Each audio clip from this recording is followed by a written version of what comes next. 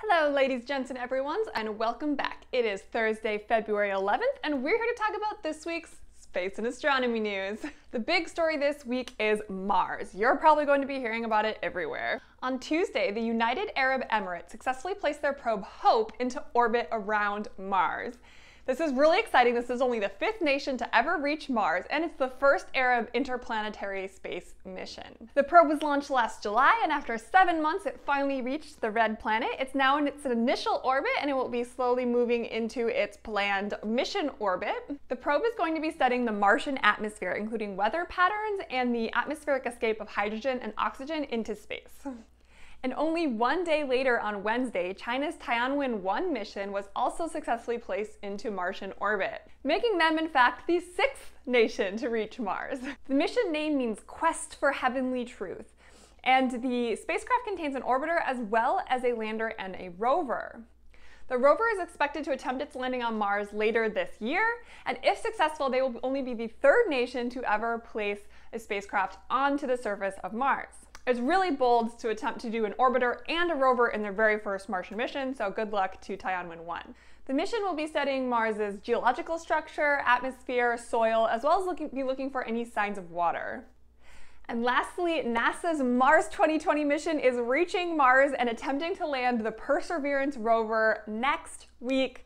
Next Thursday, February 18th. NASA is going to be live streaming the landing attempt starting next Thursday at 2:15 p.m. Eastern, and the landing is estimated to be slightly before 4 p.m. Eastern next Thursday.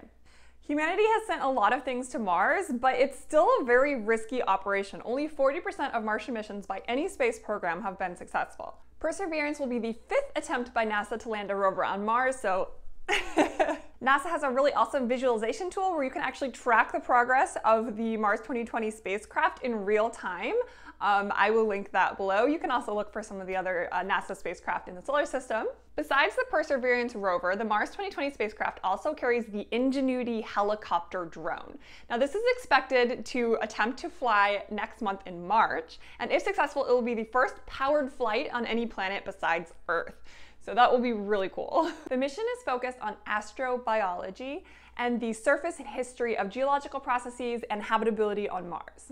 Okay, so why the sudden rush of Mars arrivals and news stories? Well, it's actually because of orbital mechanics.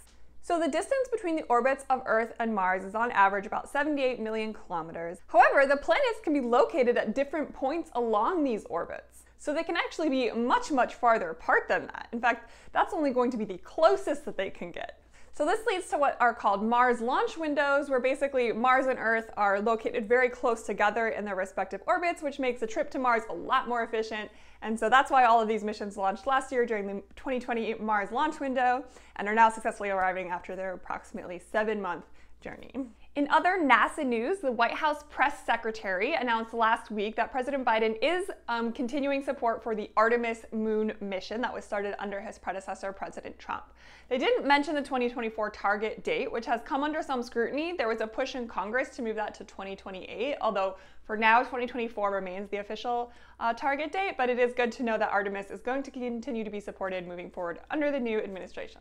NASA also announced several major space contracts that they awarded this week, including 2 to SpaceX for a combined $430.6 million to launch 2 different missions. One is the Sphere X mission, which will be studying the universe in the far infrared, and one for 2 foundational elements of the Gateway, which is a planned outpost to be in orbit around the moon. There was also a contract awarded to Firefly Aerospace to deliver 10 different science and technology demonstrations to the moon in 2023 that will help prepare for the Artemis moon landings in 2024 and beyond.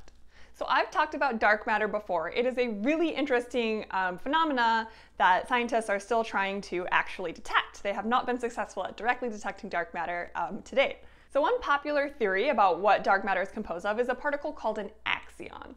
So scientists have been searching for this particle, but one thing that they've been running into is a limit on the detectors that's actually governed by quantum mechanics. It's called the quantum noise limit. And this basically arises due to the Heisenberg uncertainty principle, which says that for 2 complementary quantities, you can't know them both with infinite precision, basically. So for example, this is very commonly known with position and momentum. But one team has recently developed a method of squeezing light in one of these dimensions that they are more interested in and allowing the other dimension to kind of become unsqueezed. So that is narrowing the uncertainty in the dimension we care about, and the trade-off is more uncertainty in a dimension that isn't as relevant. They were able to actually incorporate this into a dark matter detector and thereby reduce this quantum noise and allow for more sensitivity, which is a really big step in improving these detectors, and it's really great science, this instrumentation. They did do an initial search for the axion and they didn't find anything. But this does, one, give us more constraints on the potential mass of the axion, given that they didn't find it, and it's a huge step forward in detector science, so really awesome news. And lastly, today, February 11th, is the International Day of Women and Girls in Science, which, if you can't tell, I'm a woman and I love science and I'm in science, so I am all about this.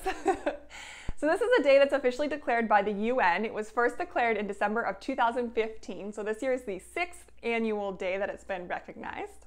This day was declared by the UN in order to achieve full and equal access to and participation in science for women and girls, and further achieve gender equality and the empowerment of women and girls. So I think this is a great mission. I'm really excited about the International Day of Women and Girls in Science. So I will be promoting various women scientists on all of my different platforms. And so for YouTube, here are some amazing women in science, and I will link all of their channels below so that you can check them out in case you are interested. The specific theme of this year's day is women scientists at the forefront of the fight against COVID-19, which is obviously super important, not my area of science, but very important. So really awesome. I hope you take a moment to appreciate all of the amazing women in science. And if you want to support this woman in science, you can always like this video, subscribe to my channel, and hit the bell to get notified when I post new content, which I do at least twice a week. So that's it for this week. Thanks so much for watching. I hope you have a good one, and I'll see you again soon. Bye.